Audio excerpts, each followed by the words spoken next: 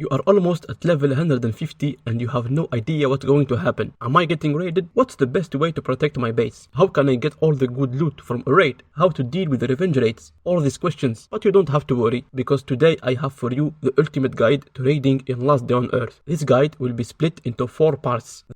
The first will be all about the basics of raiding and how to protect your base. The second is going to revolve around the raid itself, what to expect inside a player's base. The third is similar to the second, but this time we will talk about the tricks you can use to maximize your rewards from the raid. Lastly, we will go over what will happen after a raid is done, finishing with some tips at the end to help you complete a raider's tasks and raid every day. So don't forget to subscribe to the channel to catch the next videos. Also, be sure to check out Aptoid. Download Last Day on Earth using the link in the description and use my promo code CEREX to earn 5% in cashback in your next purchases. What is raiding in Last Day on Earth? As a beginner, you learn about this aspect of the game through the 3 bases you will find on the global map. These bases are put here by the devs to introduce new players to raiding, but don't get fooled. Raiding is far more complicated than what you think. Real raiding starts at level 150. When you reach this level, a new signal will appear on the radio. The raiders are calling you. Accept the call and a couple of seconds later, you will see 3 raiders appear in your base next to the broken truck, asking you to complete 5 tasks, randomly chosen from a total of 25 tasks. Some are extremely easy, like crafting iron plates. Others make you throw your phone away, like finding 3 puppies. Keep in mind that you can't skip these tasks with ads. Also, you can't change them, even if you refuse and call the raiders again from the radio. The only way to skip them is by spending coins. Now, let's say that you have completed all the tasks and prepared yourself for the raid. Once you click on finish, a base will appear on the global map. You will have 8 hours to enter the base and steal all the loot before the base disappears forever. One thing I need to explain before continuing the video is the fact that the bases you see and raid aren't actually bases of real players. Many players still think that they are raiding actual bases, while in reality it is an AI player's base made by copying the base of an existing player. Think about it. Have you ever raided the base of Happy Cyrix or Star Snipe? Probably not. And also, when you are getting raided, you aren't actually raided by real players. They are AI players that have been programmed to act a certain way inside the raid. The walls they are going to break, or the loot is going to take. It's all in the code.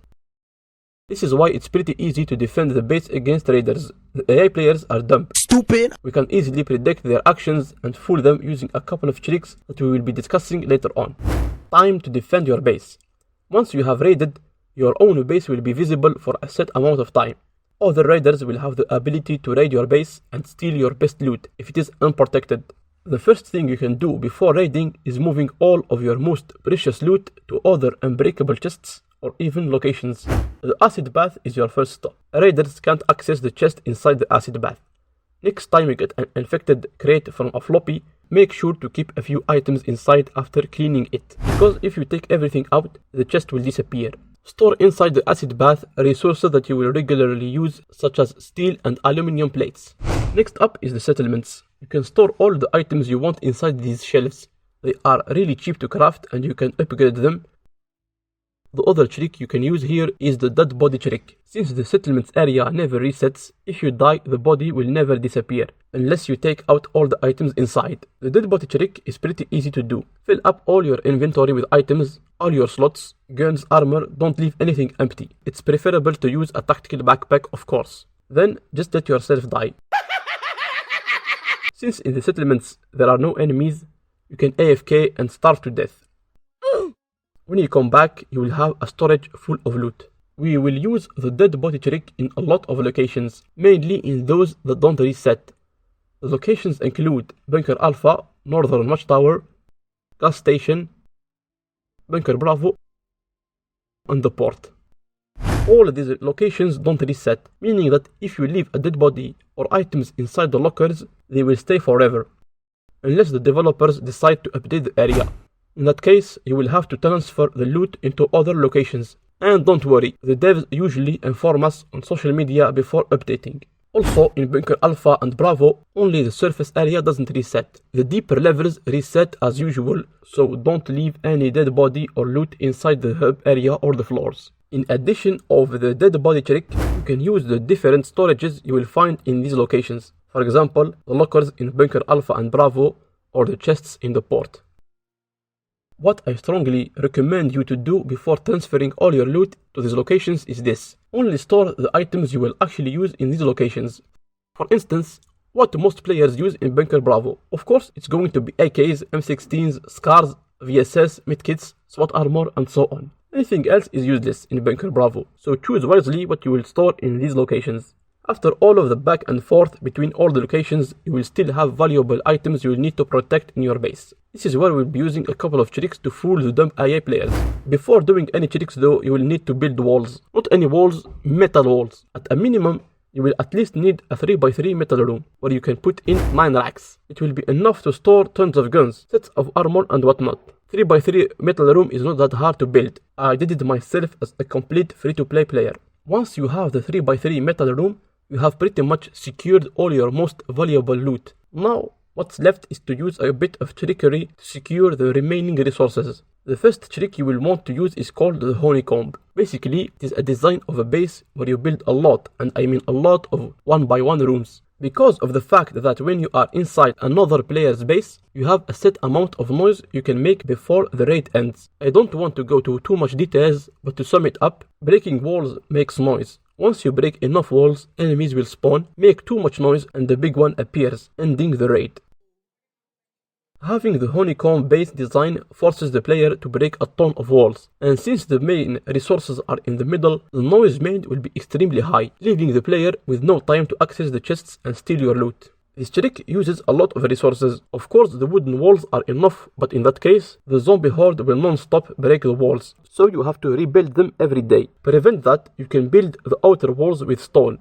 Yes, it is even more expensive to build the whole outer ring of the base with stone walls, but it's definitely more worth it in the long run, since you don't have to rebuild them every day. Many players also still believe that the garage and the dock crate can serve as walls, meaning that, for example, if you place the garage next to your base, the raiders will not have the ability to break through the garage onto your base. However, this is completely fake. When you are getting raided, the garage completely disappears, so don't actually count on that to protect your base. What you can use to protect some parts of your base is the ATV. Since the ATV doesn't disappear in raids, you can use it to block the passage to your base. To my knowledge, the ATV is the only thing that can be used that way. So what's next? Well, what if I told you that this next trick, if you done correctly, will make your base completely safe from raiding? The AI won't even break any walls. The trick is of course the bait chest. I have used this trick many times and I can tell you that it works 100% of the time. How to set up a bait chest? First, the chest needs to be outside your base, unprotected by any walls. This bait chest should be the only accessible chest without breaking any walls. Next is to fill up the chest with throwaway items, 15 items at least. Some items might seem completely useless to you, but in reality, the AI that raids your base loves them. Take, for example, these spears. For you, they are worthless, but for the AI, it's the best weapon in the game. How this works is pretty simple. The bots, when entering your base, will go towards the bait chest before trying to break any walls. The bots will break the chest and look for valuable resources. They have an inventory of 15 slots. This is why putting at least 15 items inside the chest is important. The bots then fill up their inventory and leave the base. They won't try to break walls to find better loot, because for them they found the jackpot. There is a couple of things you need to take in consideration. You should only put one type of item inside the chest. For example, don't mix up the spears with other items, because for the AI, the other items might be better than spears. It will trigger the AI to look for even better items, so at least 15 items of the same type. From my experience, what works best are broken tactical armor and modded spears. Again, never mix them up because it might break the whole trick. Also, leave the broken trick empty, since the AI actually searches inside it. And that's about it. You have protected your base and you are 100% ready for raiding. If you take all the steps I mentioned in this guide, then I guarantee you that you have nothing to worry about. Of course, the best protection you could ever have is a full base with metal walls. But we all know that it is near impossible to do for a free-to-play player. Subscribe and stay tuned for the next part of the ultimate guide to raiding, where we will go over everything you need to know when raiding and what to expect inside the raid. Thanks for watching and bye bye.